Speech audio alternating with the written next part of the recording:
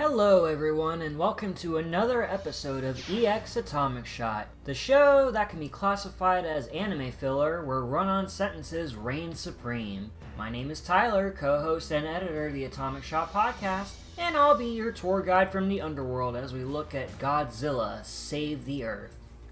This game is a labor of pure ambition, whether it's to its benefit or detriment depending on how you look at it. Destroy All Monsters Melee turned out to be successful enough that a sequel was made 2 years later for the Xbox and PlayStation 2.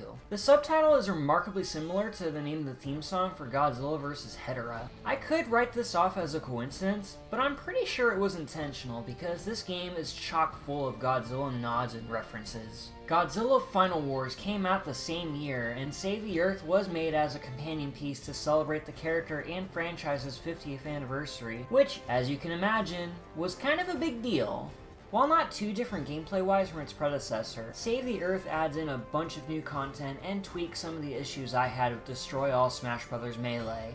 All 11 monsters from before are present and accounted for, and a bunch of new monsters join the fray. There's Baragon, Mothra and her larva and imago forms, Mogera, Kiryu, Space Godzilla, Megaguirus, and finally, Jet Jaguar. There are also several unplayable monsters sprinkled in. Oh hi Batra.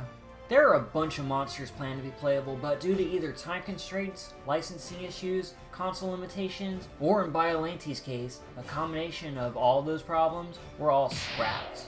Damn shame, because Biolante had a finished character model and moveset, but because of the licensing hell attributed to the character and her movie, she never made it in. Not to mention, her backstory would tie in nicely to the game's plot, given how Space Godzilla is the final boss this time around. Oh yeah, that's right, I should talk about the story. After the Vortak were driven off at the end of Destroy All Humans Melee, the Vortak Queen rallies all her forces to invade Earth once again. They bring with them a bunch of mind control monsters and their ultimate weapon, Space Godzilla, who was made from harvested Godzilla cells.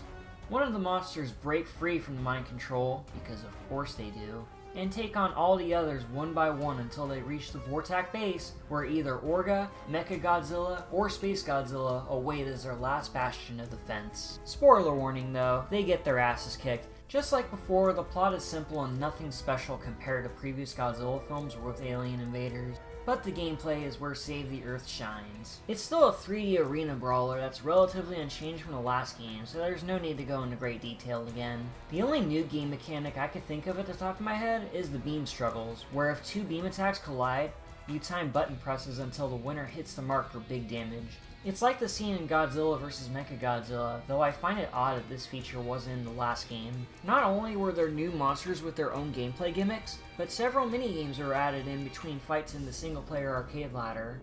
Most of them make sense, like destroy the city or protect this tower from UFOs, but they also added in bizarre challenges like monster basketball, monster bowling, and a 2 vs 1 match between you, Jet Jaguar, and his tiny clone. You don't need to complete these challenges, but doing so gives you more points to spend in the in-game store, where you can buy stages, concept art from Final Wars, and locked monsters.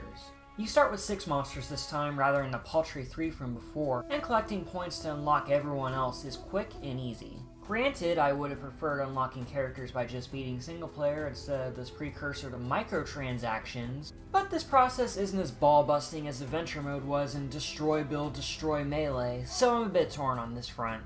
There's also 4-player matches this time, but since you need a multi-tap adapter for the PS2 to utilize this, I unfortunately can't show it off. Still, I can imagine it being really fun if you have friends to duke it out with. Another mode I can't show is the online multiplayer.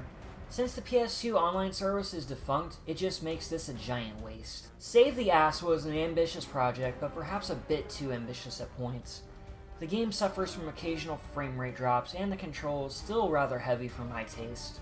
But I think the good outweighs the bad in this instance. The dev team loved this series, and you can tell from all the winks and nods sprinkled in the finished product. While it's disappointing that they couldn't fit everything they wanted here, I'm just glad the game is as good as it was. It's very similar to Destroy All Monsters Melee, but all the new additions make it a little better at least. Give this game a shot if you and your friends love Godzilla. You won't be disappointed. You win. Hey paisanos! If you enjoyed this video, check out charchot.com for all your gaming, wrestling, and movie themed needs. Also follow these fine gentlemen on Twitter and other social media platforms. And me too, I guess. As for the next EX Atomic Shot, there won't be one for a while, as Ben and I are going back to doing Season 2 of Atomic Shot, our darling little podcast where we talk about every Godzilla film in order. So check out our review of Return of Godzilla when that goes live on the site, as well as the other 15 we've done so far. Until then, thank y'all for watching, and have a fantastic day.